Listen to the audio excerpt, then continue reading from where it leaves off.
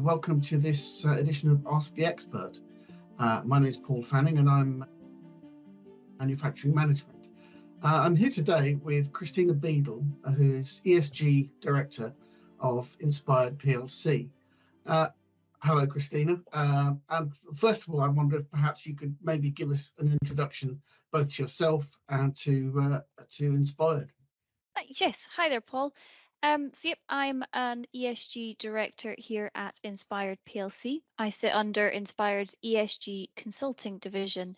Um, Inspired as a business does all things energy related. So we've got a whole arm that helps businesses with their energy procurement and risk management when it comes to purchasing gas and electricity. We've got an energy technology arm that helps companies install energy reduction technologies and other optimization technologies there. And then we've got our ESG consulting division, which I sit under. So we help businesses with their ESG reporting. So measuring their greenhouse gas emissions, for example, developing net zero strategies, setting science-based targets, producing climate-related financial disclosures. So the list is kind of endless when it comes to ESG consulting. Okay.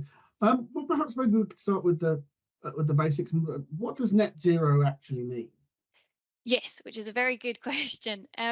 So there is no universal definition of net zero out there. So the government's definition of net zero can be quite different to what a private company says they're trying to achieve when it comes to net zero. What we tend to align with is the Science Based Targets Initiative definition of net zero. So the Science Based Targets Initiative, or SBTI, is an international body that validate emission reduction targets that meet the highest ambition that are required to prevent the worst impacts of climate change. So their definition of net zero is an absolute reduction of scope 1, 2, and 3 emissions as far as possible, and only offsetting with carbon removal offsets a very small residual amount.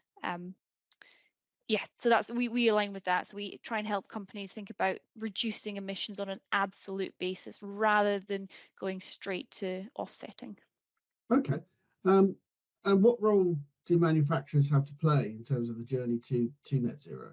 Yeah, so manufacturers play a hugely important role in helping the UK and helping other businesses reach net zero, because manufacturers are at the end of the day going to be responsible for developing the technologies that we need to move towards a low carbon economy and low carbon um, operations. So manufacturers, as well as trying to reduce their own emissions, because manufacturing processes can have quite high operational emissions. So they've got a big role to play in helping the UK reduce its emissions, but also they've got a huge role to play in enabling everybody else to unlock emission reduction actions. I see. Um, Now, obviously, there's putting the science to one side. How else can net zero benefit manufacturers in the Yeah, UK? so it's another good question.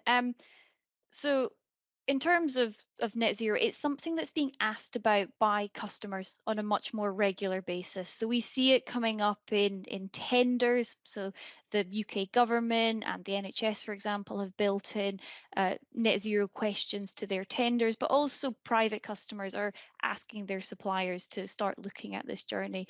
So there is a competitive advantage in manufacturers starting on their net zero journey and are reducing their emissions footprint, because there is this movement towards green credentials. Um, as well as that, moving towards net zero can have operational and cost efficiencies. So to reach net zero, you need to reduce the amount of energy that you consume, so the amount of gas you consume, the amount of electricity you consume. Reducing that is obviously going to reduce your costs, because you're not paying for as much gas, you're not paying for as much electricity. So there are efficiencies from a business point of view as well. Okay. And is the ESG rating becoming more widely used by investors? Yeah, so it's another one. Is I mentioned customers are asking more and more about net zero credentials and ESG credentials. It's also being asked about by investors, and investors are starting to rate their portfolios based on these different ESG credentials. So ESG covers more than just net zero. I mean, it's environmental, social, and governance, and net zero is just one part of the environmental. But it's a big important part and is something that's obviously getting a lot of interest.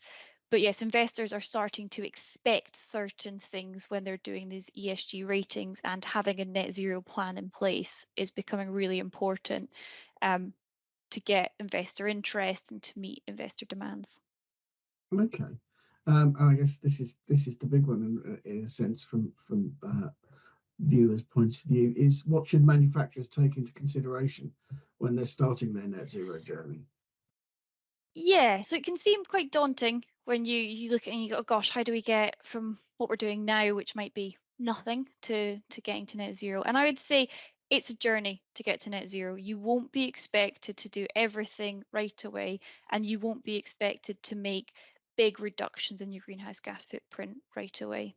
So the first thing I would say though is establish your starting point. So what is your starting baseline? So what are your scope 1, 2, and 3 emissions in your baseline year? Once you've established that, not only can you then identify hotspots, so where are major emission sources within your operations and your supply chain, but you've also got a point from which to track progress. And customers, investors, your own board, everyone's going to want you to be able to demonstrate progress that you've made towards net zero. And you can't do that unless you know where you're starting from. So, first step, measure where you're starting from. Once you understand that, you can then to start to think about putting a plan in place. So, thinking about those hotspots, what actions can you actually take in the short term, the medium term, the long term to reduce your emissions? And then starting to put some targets in place as well. So it's recommended you have a near term target for around the 2030 time point, as well as a longer term net zero target. And that just helps to focus action and make sure anything you do plan, it's got that momentum behind it because you've got a target that is very visible and people are going to ask you to report against. Okay. And you touched on it at the beginning, but perhaps you could give us a little bit more on how Inspired PLC can help manufacturers start their net zero journey. Yes, so I mean we help businesses with, as I've just explained, measuring your baseline footprint. That is where we would always start with a business that comes to us. So we would help you gather the data that you need to estimate your different scopes of emissions. So we would help you understand, okay, you need gas and your electricity invoice data to see how much energy you've used. For your scope 3 emissions, it's looking at, okay, what data do you have related to your suppliers that we can use to estimate their footprint? So we do that baselining exercise. We support you through the data collection. We do the calculations ourselves because that can sometimes be a little bit complicated.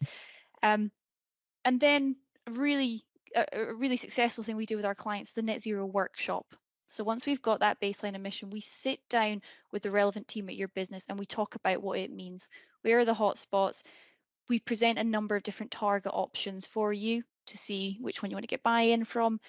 And we start to think about the actions that we take in. And after that workshop, we then write up your net zero strategy report. So we write up the plan for you, and then we work with you to implement it. Um, so yes, so helping with the technical side of those steps that I talked through in terms of how companies can get started on the journey to net zero. Fantastic.